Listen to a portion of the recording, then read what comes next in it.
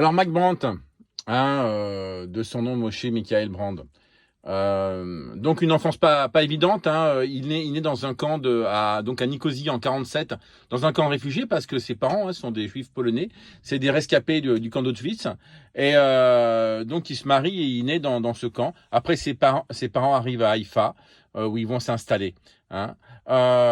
Donc lui il a très vite la passion pour le chant et le dessin. Et j'avais lu qu'il avait eu vraiment la révélation du chant quand son père lui a offert un 45 tours des Platters. D'ailleurs, une chanson qu'il a reprise après. Hein. Donc, c'est sa passion. Il commence dans des petits hôtels, dans des fêtes. Et son premier gros contrat, il signe dans un hôtel Hilton à Tel Aviv. Et après, il chante à l'hôtel Hilton de Téhéran. Et là, qui c'est qui un soir vient l'écouter, qui est aussi en tournée dans le coin? Sylvie Vartan avec son secrétaire Carlos. Hein, qui trouve évidemment qu'il a beaucoup de talent et lui disent qu'il faut qu'il vienne à Paris pour faire carrière, etc.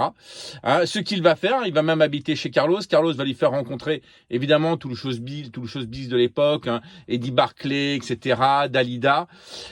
Et d'ailleurs, il rencontre aussi Jean Ménard, hein, qui est l'agent qui travaille déjà avec Sylvie Vartan et Johnny Hallyday. Ça devient son agent producteur et très vite, on lui propose sa première chanson, son premier 45 tours, Laisse-moi t'aimer, en 1970, qui est un méga carton. Hein. Il en vend, je sais plus combien, mais c'est un méga carton.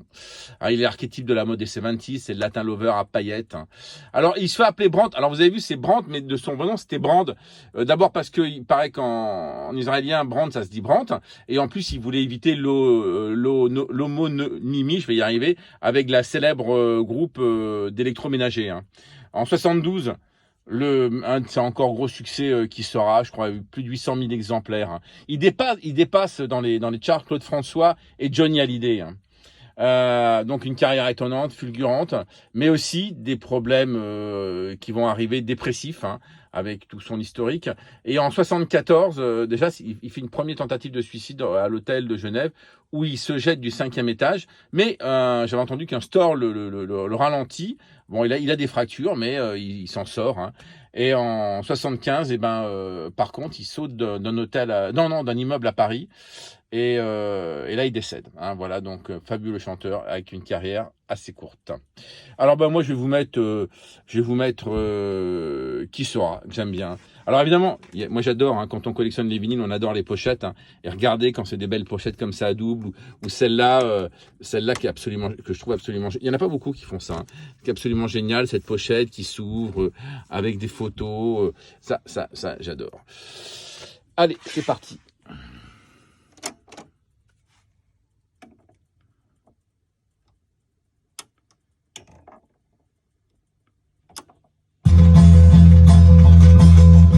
Vous mes amis tant de fois vous me dites que d'ici plus je ne serai triste. J'aimerais bien beaucoup un jour mais sans doute avec les Son deuxième 45 tours.